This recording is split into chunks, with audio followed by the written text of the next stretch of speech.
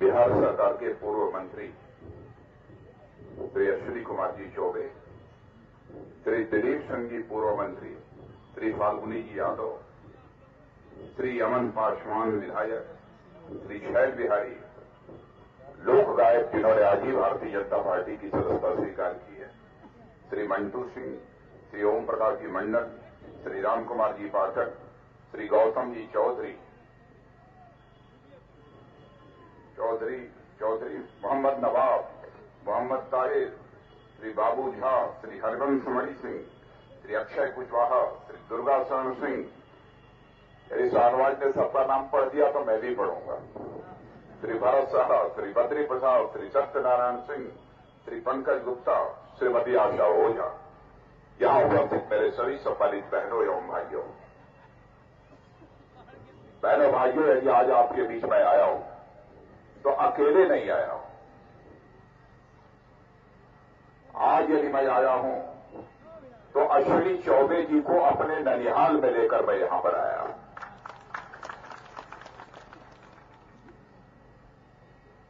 और आज आपने देखा कि आज अश्विनी चौबे जी ने अपना दिल खोल कर यह कहा है कि भागलपुर संसदीय निर्वाचन क्षेत्र से भी किसी को विजय प्राप्त होनी चाहिए तो हमारे शाहनवाज हुसैन को विजय प्राप्त होनी चाहिए। बहनों भाइयों, बक्सर से जीतकर अश्विनी चौबे जाएंगे और हमारे शाहनवाज हुसैन यहां से हमारे भागलपुर से जीतकर संसद में पहुंचेंगे तो मुझे पूरा विश्वास है कि भागलपुर संसदीय निर्वाचन क्षेत्र को एक नई ताकत मिलेगी। मुझे पूरा भरोसा है। और अब शाहनवाज हुसैन का जहां तक सवाल है, शाहनवाज हुसैन का परिचय मुझे आपसे कराने की जरूरत नहीं है। मैं इतनी बात मैं कह सकता हूं दावे के साथ कि संसद में अपना विचार व्यक्त करने वाले जितने भी सांसद हैं, इनमें से कुछ गिने चुने सांसद जो प्रभावी तरीके से अपने पक्ष को संसद में रखने का काम करते हैं, उसमें आपके सांसद शाहनवाज हुसैन हैं जिनके लिए मैं वोट मांगने आया। और बहनों भाइयों, शाहनवाज हुसैन के लिए केवल इसलिए वोट नहीं मांग रहा हूं कि शाहनवाज हुसैन जीत कर जाएंगे और सरकार बन जाएगी। अश्विनी चौबे जी जीत कर जाएंगे तो सरकार बन जाएगी, केवल इसलिए वोट नहीं मांग रहा हूं। बहनों भाइयों, इस बार यदि मैं वोट मांग रहा हूं तो केवल सरकार बनाने के लिए नहीं, बल्कि इस बार मैं वोट मांग रहा हूं तो देश बनाने के लिए बहनों भाइयों आपसे वोट मांग रहा हूं। इस बार का चुनाव हर बार के चुनाव से सर्वथा भिन्न है। देशवासियों के मन में इस हुकूमत के प्रति एक गुस्सा है। लोग परिवर्तन चाहते हैं। हिंदुस्तान के अधिकांश राज्यों में मुझे जाने का अवसर प्राप्त हुआ है। बहुत सारी सार्वजनिक सभाओं को संबोधित करने का अवसर प्राप्त हुआ है। मैंने देखा है लोगों के अंदर कैसा उमंग और उत्साह परिवर्तन के लिए दिखाई दे रहा है। चाहे भारत का उत्तर हो, चाहे भारत का दक्षिण, चाहे भारत का पूर्व हो, पश्चिम हो, उत्तर पूर्व हो, सभी जगह एक परिवर्तन की लोगों के मन के अंदर ललक है। क्यों है? क्योंकि इस आजादी के 67 वर्षों में 55 वर्षों तक यदि हुकूमत किसी एक राजनीतिक पार्टी ने की है तो वो कांग्रेस ने किया है। बहनों भाइयों, 55 वर्षों का समय भारत जैसे देश के लिए, जहां पर 125 करोड़ से अधिक की जनसंख्या है और साथ ही साथ जिस भारत के पास प्राकृतिक संसाधनों की कोई कमी नहीं है, वह भारत आज भी दुनिया के गरीब देशों में गिना जाता है। सर्वाधिक बेरोजगार नौजवानों की संख्या भी यदि कहीं पर है तो भारत में लोग अभी इसीलिए तंग आ चुके हैं। उनके मन के अंदर एक गुस्सा है, आक्रोश है, लोग परिवर्तन चाहते हैं। पिछले 10 वर्षों से फिर से इनकी सरकार आई है और इनकी सरकार आने के बाद क्या हुआ है यह भी बहुत ज्यादा विस्तार में जाकर आपको बताने की आवश्यकता नहीं है। जब से इन लोगों की हुकूमत आई है और वह कांग्रेस की हुकूमत जिसे लालू यादव जी का भी समर्थन प्राप्त है और जनता दल यू की भी सहानुभूति इस कांग्रेस की सरकार के प्रति है। महंगाई बढ़ने का सिलसिला निरंतर जारी है। वैसे आजाद भारत के राजनीतिक इतिहास के पन्नों को पलटकर आप देखें तो जब जब कांग्रेस की हुकूमत आई है बहनों भाइयों, तब तब इसे हिंदुस्तान में महंगाई बढ़ी है। लेकिन इसी आजाद भारत में 6 वर्षों तक 98 से लेकर 2004 तक हम लोगों ने भी सरकार चलाई है। भारत ही नहीं, दुनिया का भी कोई अर्थशास्त्री सच्चाई को नकार नहीं सकता है कि आजाद भारत के इतिहास में लगातार 6 वर्षों तक महंगाई पर पूरी तरह से काबू पाने में किसी राजनेता ने कामयाबी हासिल की तो उस राजनेता का नाम है पंडित अटल बिहारी वाजपेयी, जिन्होंने लगातार 6 वर्षों तक महंगाई को मांगे रखा। मैं पूछना चाहता हूं, सोनिया जी, क्या कारण है जब आपकी पार्टी की सरकार आती है तो महंगाई बढ़ती है और जब हमारे अटल बिहारी वाजपेयी जी की सरकार बनती है तो महंगाई रुक जाती है? सारी परिस्थितियां भारत के अनुकूल थी बहनों भाइयों लगातार 10 वर्षों तक, फिर भी महंगाई पर ये लोग काबू नहीं कर पाए। लेकिन अटल बिहारी वाजपेयी जी के शासनकाल में आपको याद होगा भारत और पाकिस्तान का युद्ध हुआ था और उस समय भारत की सेना ने पाकिस्तान पर विजय प्राप्त किया था। और जब कभी किसी देश के साथ युद्ध होता है तो आप जानते हैं उस देश के आर्थिक खजाने के ऊपर कितना बड़ा बोझ पड़ता है। फिर भी अटल बिहारी वाजपेयी ने महंगाई को नहीं बढ़ने दिया। इतना ही नहीं, दुनिया सारी भारत सारी दुनिया की नजरों में कमजोर भारत माना जाता था, लेकिन अटल बिहारी वाजपेयी ने कहा कि भारत को हम दुनिया का एक शक्तिशाली देश बनाना चाहते हैं। हमारे देश के वैज्ञानिकों ने परमाणु बम बनाकर रखा था, लेकिन कोई प्रधानमंत्री परमाणु बमों का परीक्षण करने की उन्हें इजाजत देने का साहस नहीं जुटा पाता था। लेकिन अटल जी प्रधानमंत्री बनने के साथ ही अपने वैज्ञानिकों को उन्होंने बुलाया। उन्होंने कहा, क्या परमाणु परीक्षण करने की स्थिति में आप पहुंच गए हैं? वैज्ञानिकों ने कहा कि हम पूरी तरह से तैयार हैं। किसी तरीके से भनक दुनिया के ताकतवर देशों को मिल गई और दुनिया के सारे धनवान और ताकतवर देशों ने कहा कि अटल जी याद रखिएगा, यदि आपने भारत के अंदर अपने परमाणु वैज्ञानिकों को परमाणु परीक्षण करने की इजाजत दी तो दुनिया के धनवान देशों के द्वारा जो भारत को आर्थिक मदद मिलती रही है, आर्थिक मदद बंद कर दी जाएगी, भारत कंगाल हो जाएगा, भारत बेहाल हो जाएगा। लेकिन बहनों भाइयों, राष्ट्रीय स्वाभिमान के धनी अटल बिहारी वाजपेयी ने कहा, मैं दुनिया के दूसरे देशों की परवाह नहीं करता और अपने वैज्ञानिकों को सीधा निर्देश दिया, मेरे वैज्ञानिकों जाओ राजस्थान की भीड़ भूमि पोखरण पर जितने बमों का धमाका करना चाहते हो उतने बमों का धमाका कर अपने परमाणु परीक्षण का काम पूरा करो। बहनों भाइयों, भारत दुनिया के ताकतवर देशों की कतार में उसी दिन आकर खड़ा हो गया था। यही कारण था कि उसके बाद अमेरिका, जो दुनिया का ताकतवर देश माना जाता है, उसके राष्ट्रपति जब भारत आए थे तो उन्होंने अंग्रेजी में एक वाक्य कहा था, Bharat is not emerging but Bharat has emerge. Bharat मजबूत बन नहीं रहा है बल्कि भारत मजबूत बन गया है। यह धारणा सारे विश्व में भारत के बारे में बन गई। दुनिया की सारी आर्थिक मदद बंद होने के बावजूद अटल बिहारी वाजपेयी ने बहनों भाइयों महंगाई को बढ़ने नहीं दिया। महंगाई यदि बढ़ती है तो आपकी बदनसीबी से महंगाई नहीं बढ़ती है। महंगाई बढ़ती है कि इनकी गलत नीतियों के कारण बढ़ती है। महंगाई बढ़ती है तो इनके गलत नियोजन के कारण महंगाई बढ़ती है। महंगाई बढ़ती है तो इनके भ्रष्टाचार के कारण महंगाई बढ़ती है। विगत 10 वर्षों में इस हुकूमत ने जो भ्रष्टाचार किया है, बहनों भाइयों, मैं समझता हूं भारत के इतिहास में कभी इतना भ्रष्टाचार करने का साहस कोई हुकूमत नहीं जुटा पाई हो। और यह भ्रष्टाचार का आरोप मैं नहीं लगा रहा हूं। इस सरकार के एक agency controller and auditor general ने अपनी ऑडिट रिपोर्ट में इस सरकार के ऊपर यह आरोप लगाया है, 5.5 लाख करोड़ रुपए से अधिक का भ्रष्टाचार। 550 लिखकर आगे आप घर जाकर देख लेना कि कितना शून्य लगाना पड़ेगा। मैं भी एकाएक नहीं बदला सकता, कितना शून्य इसके आगे लगेगा। मैं समझता हूं इसका थोड़ा सा भी हिस्सा यदि बिहार के विकास पर खर्च कर दिया गया होता तो आज हमारा यह बिहार हिंदुस्तान के एक विकसित राज्यों की कतार में आकर खड़ा हो गया होता। क्यों नहीं किया? क्यों भ्रष्टाचार हुआ?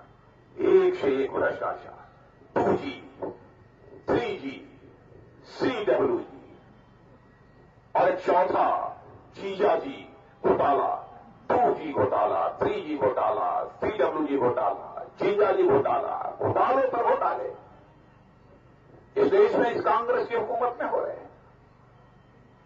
केवल इतना जो घोटाला हुआ है 5.5 लाख करोड़ रुपए का, यह यहीं तक सीमित नहीं है बहनों भाइयों। आप लोगों की गाढ़ी कमाई का पैसा गलत तरीके से लूट कर इन लोगों ने दुनिया के दूसरे देशों की बैंकों में ले जाकर जमा कर रखा है। बहुत सारे लोगों ने ले जाकर जमा कर रखा है। लेकिन यह कांग्रेस की सरकार, हम लोग कई वर्षों से बराबर संसद में भी और संसद के बाहर भी इस सरकार पर दबाव बना रहे हैं, लेकिन यह सरकार बताने को तैयार नहीं है कि लोगों का पैसा दुनिया के दूसरे देशों की बैंकों में काले धन के रूप में जमा हुआ है। यह बताने तक को तैयार नहीं। लेकिन मैं इस सभा के माध्यम से मैं विश्वास दिलाना चाहता हूं हिंदुस्तान की जनता को, जिस दिन हमारी सरकार बन जाएगी बहनों भाइयों, हम लोग कुछ ही दिनों के अंदर दुनिया के दूसरे देशों की बैंकों में जो आपकी गाढ़ी कमाई का पैसा काले धन के रूप में रखा हुआ है, उसे हम हिंदुस्तान की बैंकों में लाएंगे और यहां की गरीबी और बेरोजगारी की समस्या का हम समाधान करेंगे। क्यों नहीं गरीबी दूर हो सकती? क्यों नहीं महंगाई नियंत्रित हो सकती? बराबर इस देश की जनता को लोगों ने छला है, धोखा दिया है। मैं आपको याद दिलाना चाहता हूं, जवाहरलाल नेहरू जी जब प्रधानमंत्री हुआ करते, बहनों भाइयों, उस समय भी उन्होंने कहा कि भारत राष्ट्र का निर्माण हो रहा है, we are building the nation, यह कहा था। और आज भी कांग्रेस का विज्ञापन देखिए, उन विज्ञापनों पर यही देखने को मिलेगा, हो रहा भारत का निर्माण।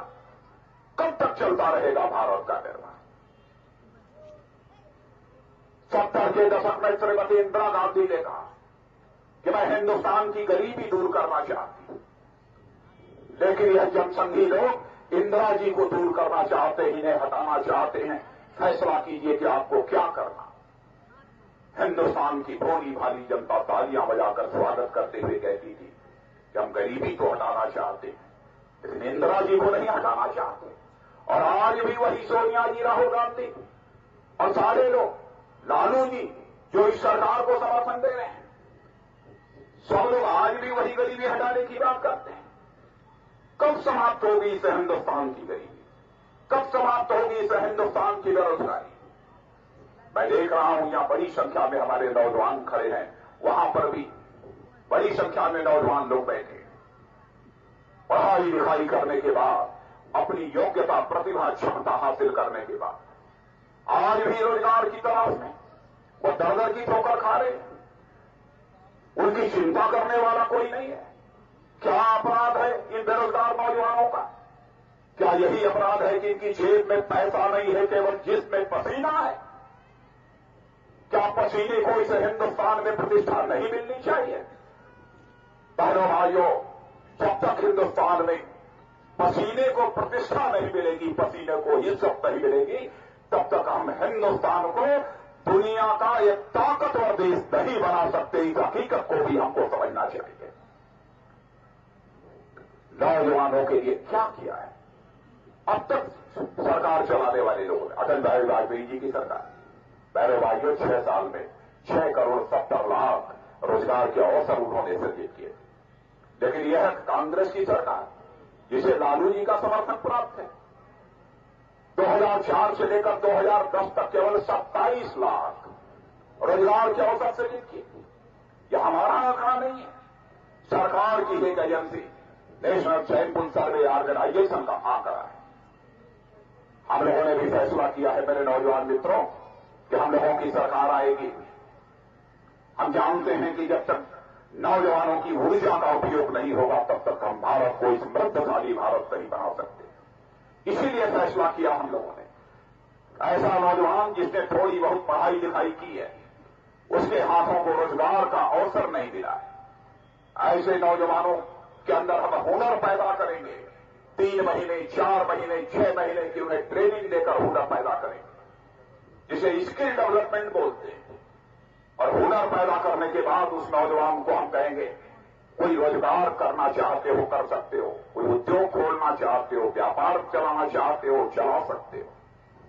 हाँ, लेकिन इस हकीकत को भी मैं जानता हूं, नौजवान ये पूछेगा कि साहब हुनर तो है हमारे पास, लेकिन उद्योग और व्यापार चलाने के लिए हमारे पास पैसा नहीं है, क्या करेंगे हिंदुस्तान की बैंकें? मैं भी सरकार में रह चुका हूं बहनों भाइयों, उत्तर प्रदेश के मुख्यमंत्री के रूप में भी हमने सरकार चलाई है। इस हकीकत से भी मैं वाकिफ हूं कि बहनों भाइयों, सरकार का खजाना या कुबेर का खजाना होता है, इसमें कभी पैसे की कोई कमी नहीं पड़ती है। हमारी सरकार बनेगी, नरेंद्र भाई मोदी भारत के प्रधानमंत्री बनेंगे, तो हम बैंकों को कहेंगे कि हमारा वह नौजवान जिसके अंदर हुनर है, कुछ करने की हुनर है, ऐसे नौजवानों को अपना उद्योग और व्यापार चलाने के लिए बैंकों से कर्ज मुहैया कराया जाना चाहिए और सस्ते दर पर कर्ज मुहैया कराया जाना चाहिए। 2, 3, 4% ब्याज दर पर दिया जाना चाहिए। क्यों नहीं हो सकता? लेकिन कांग्रेस ने आज तक इन सब सारी चीजों के बारे में सोचा नहीं। आज जैसे हालात हैं, उसमें बहनों भाइयों, हम भारतीय जनता पार्टी के लोग देश बनाने की राजनीति कर रहे हैं, लेकिन अन्य राजनीतिक पार्टियां इस समय केवल भारतीय जनता पार्टी की राजनीति कर रही है। आपने देखा होगा कभी नरेंद्र भाई मोदी पर आक्रमण हो रहे हैं, भारतीय जनता पार्टी में क्या हो रहा है, प्रचार पर भारतीय जनता पार्टी कितना खर्च कर रही है, यह सब सारी चर्चाएं दूसरे राजनीतिक पार्टियों के द्वारा की जा रही है। कांग्रेस के प्रवक्ता ने कह दिया, भारतीय जनता पार्टी ने तो अपने प्रचार के ऊपर 10,000 करोड़ रुपए खर्च कर दिए। मैंने पूछा कांग्रेस के मित्रों से कि हमने तो कांग्रेस के किसी दोस्त को कम से कम भारतीय जनता पार्टी का अकाउंट ऑडिट करने के लिए तो अकाउंट अफसर के रूप में नियुक्त ही नहीं किया, उनको कैसे मालूम हो गया? हम आप शराब पाते हैं, जो मन में आए वो बोलते जाएंगे।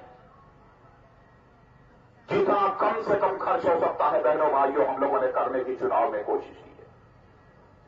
कभी आरोप यह भारतीय जनता पार्टी के ऊपर लगाया जाता है कि भारतीय जनता पार्टी यह यदि सरकार बन गई तो इस समाज को बांटेगी। हम लोग डिविसिव पॉलिटिक्स करने वाले लोग हैं। नरेंद्र भाई मोदी का नाम लेते ही लोगों के अंदर दहशत पैदा करने की कोशिश की जाती है। बहनों भाइयों, गुजरात में आपने देखा होगा एक दुर्भाग्यपूर्ण हादसा, पहली बार नहीं हुआ, इसके पहले जब कांग्रेस की हुकूमत थी उस समय भी हुए, लेकिन उसके बाद कुछ भी नहीं होने पाया। और आज गुजरात में जाकर कोई देखे, गुजरात राज्य के किसी भी मुसलमान भाई की प्रति व्यक्ति आमदनी आज जितनी है हिंदुस्तान के किसी राज्य में किसी मुसलमान भाई की उतनी प्रति व्यक्ति आमदनी नहीं है जितनी गुजरात में। क्यों है ऐसा? इस हकीकत को भी तो समझना चाहिए। बहुत सारे मुस्लिम समाज के हमारे भाई आज हमारे वहां पर जनप्रतिनिधि के रूप में अपनी भूमिका निभा रहे हैं। पार्षद हैं, चेयरमैन हैं, डिस्ट्रिक्ट बोर्ड के चेयरमैन हैं, सैकड़ों की संख्या में, 1-2 नहीं है। और लगातार 12 वर्षों तक सरकार चलाने के बावजूद यदि गुजरात नहीं बचा तो देश कैसे बचेगा? बहनों भाइयों, यह जो अकलियत है उसके अंदर यह दहशत पैदा करते, अल्पसंख्यक भाइयों के मन के अंदर दहशत पैदा करके उनका वोट लेना चाहते। लेकिन मैं उनको सुझाव देना चाहता हूं, यदि किसी का समर्थन लेना है, किसी का वोट यदि लेना है, तो उसके दिल के अंदर दहशत पैदा करके उसका समर्थन हासिल करने की कोशिश मत करो, बल्कि उसके दिल में प्यार और मोहब्बत का जज्बा पैदा करके उसका समर्थन हासिल करने की कोशिश करो। केवल बेतुकी अनर्गल बातें बोलकर गुमराह कर, लोगों की आंखों में धूल झोंक कर, चाहे जैसे भी हो सरकार बनाना चाहते हो आप। आजाद भारत में 55 वर्षों तक कांग्रेस ने ही सरकार चलाई। क्या कांग्रेस की यह जिम्मेदारी नहीं बनती थी कि यहां पर सामाजिक सौहार्द पैदा करे? क्या कांग्रेस की यह जिम्मेदारी नहीं बनती थी यहां पर सांप्रदायिक सौहार्द पैदा करे?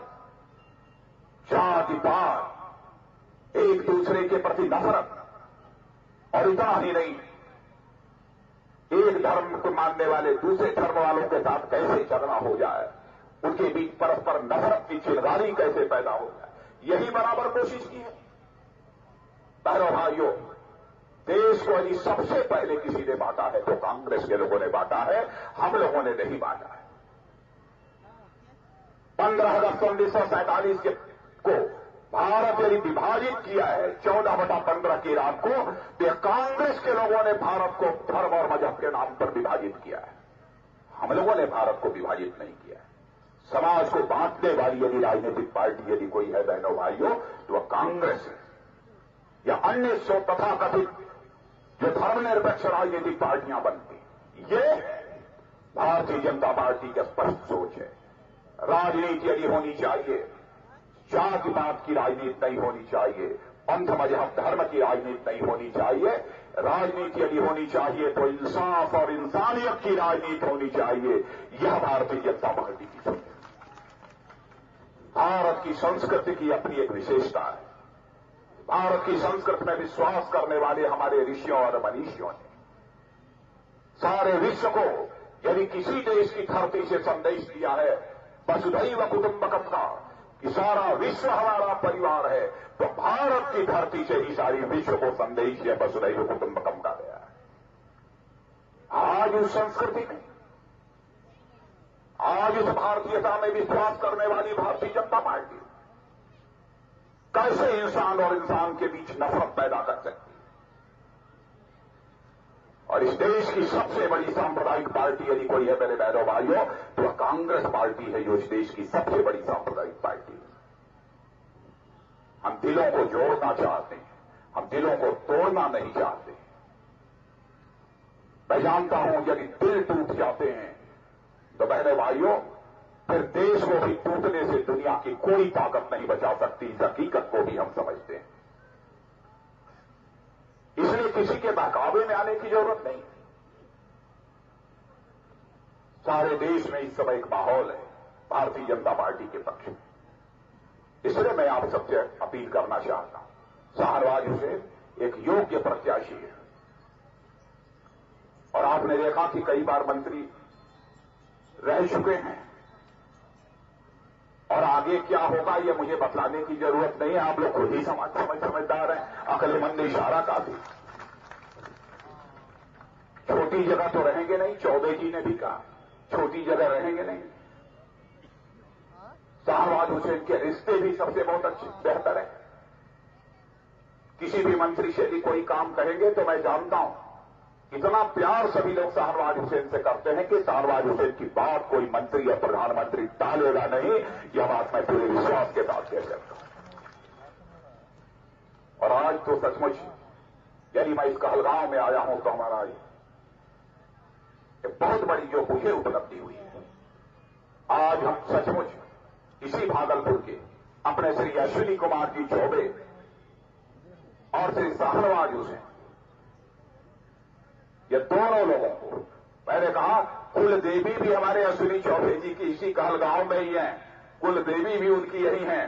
तो आज इसे अश्विनी चौबे जी बड़े भाई और शाहनवाज हुसैन छोटे भाई के रूप में इस पूरे भागलपुर संसदीय निर्वाचन क्षेत्र का विकास करेंगे।